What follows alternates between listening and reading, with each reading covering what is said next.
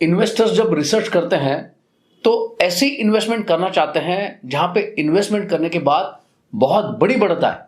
माफ कीजिए, इन्वेस्टर्स ऐसी इन्वेस्टमेंट करना चाहते हैं जो सस्ते दाम पे भी मिले और जहां पे इन्वेस्टमेंट करने के बाद बहुत बड़ी बढ़त आए। अब इस प्रकार की इन्वेस्टमेंट चार्ट पैटर्न एनालिसिस करते हुए किस प्रकार से हम ढूंढ सकते हैं, अगर जानना चाहते हो तो आज के इंटरेस्टिंग केस स्टडी को ध्यान से देखिए। पैटर्न एनालिसिस से हम कैसे पहचाने कहां पे आ सकती है बड़ी बढ़त। अब ये तो हम जानते हैं, अगर शेयर लिमिटेड रेंज में कारोबार कर रहा है और वहां पे अगर लिमिटेड रेंज से बाहर आने के संकेत मिलते हैं तो वहां पे तेजी आ सकती है। जब शेयर लिमिटेड रेंज में कारोबार कर रहा है तो उस अवस्था को कहते हैं कंसोलिडेशन। अब जिस बात को बताने जा रहा हूं जरा ध्यान देके सुनना। ये जो कंसोलिडेशन है अगर बहुत लंबे समय के लिए चल रहा है और ऐसे कंसोलिडेशन के बाद अगर इस कंसोलिडेशन से बाहर आने के अगर संकेत मिलते हैं तो वहां पे बहुत बड़ी बढ़त आ सकती है। जिस इन्वेस्टमेंट के बारे में केस स्टडी के माध्यम से आज हम सीखने वाले हैं वहां पे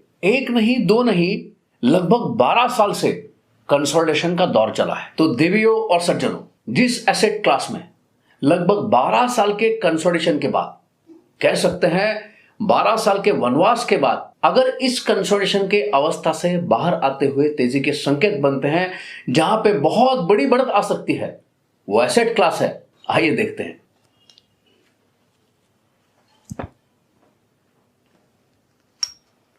चांदी। चार्ट पैटर्न एनालिसिस करते हैं तो आसानी से समझ में आ रहा है, सिल्वर अर्थात चांदी में सन 2011 से लगभग 12 साल तक कंसोलिडेशन का दौर चला है। अब अगर सिल्वर का रेट 77,949 के ऊपर बंद होता है, इस कंसोलिडेशन के अवस्था से अगर बाहर आने के संकेत मिलते हैं तो यहां पे आने वाले समय में बहुत बड़ी बढ़त आ सकती है। प्रीशियस मेटल सिल्वर, ये जो एसेट क्लास है, यहां पे वोलाटिलिटी ज्यादा होती है, तो इन्वेस्टमेंट करते समय इसका ख्याल जरूर रखें। अब चांदी का भाव तो 77,000 के आसपास चल रहा है, तो कम पैसों के साथ, वो भी शेयर मार्केट के माध्यम से, यहां पे इन्वेस्ट कैसे करें? एक्सचेंज ट्रेडेड फंड सिल्वर बीज के माध्यम से आप यहां पे कम पैसों के साथ भी इन्वेस्ट कर सकते हैं। डेटा एनालिसिस करते हैं तो यह समझ में आता है, सितंबर 2010 से अप्रैल 2011 तक चांदी ने चार्ट पैटर्न अनुसार तेजी के संकेत देते हुए बढ़िया रिटर्न दिए थे। 2008 से 2012 तक सोने में भी अच्छे रिटर्न मिले थे, लेकिन सन 2008 से 2023 तक 15 साल में लगभग जिस कंपनी के शेयर ने सालाना